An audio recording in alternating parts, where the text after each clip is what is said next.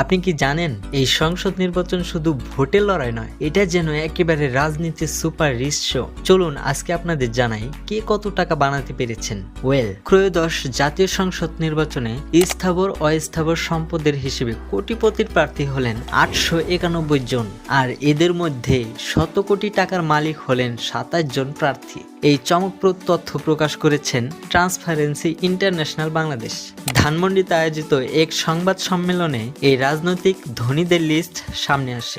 এখন আসি সবচেয়ে হট অংশে। শত কোটির ক্লাবে কারা কারা আছেন? বিএনপির প্রার্থী 18 জন এবং স্বতন্ত্র প্রার্থী 9 জন। যদিও এর মধ্যে 2 জন ইতিমধ্যে মাঠ ছেড়েছেন, তবুও কে কত টাকার মালিক তা তো জানতেই হয়। বিএনপির মেগা রিচ স্টার প্রার্থীরা: চাঁপাইনবাবগঞ্জ 2 আসন থেকে মোহাম্মদ আমিনুল ইসলাম, যার সম্পদের মূল্য প্রায় 620 কোটি টাকা।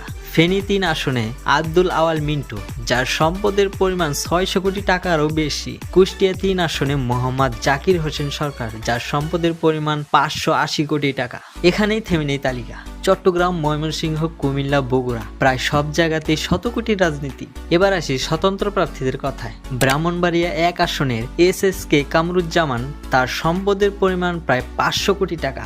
যদিও শেষমেশ প্রার্থিতা প্রত্যাহার করেছেন। টাঙ্গাইল 8, বাগেরহাট, নোয়াখালী, নারায়ণগঞ্জ, সব জায়গাতে আছে শত কোটি টাকার গল্প।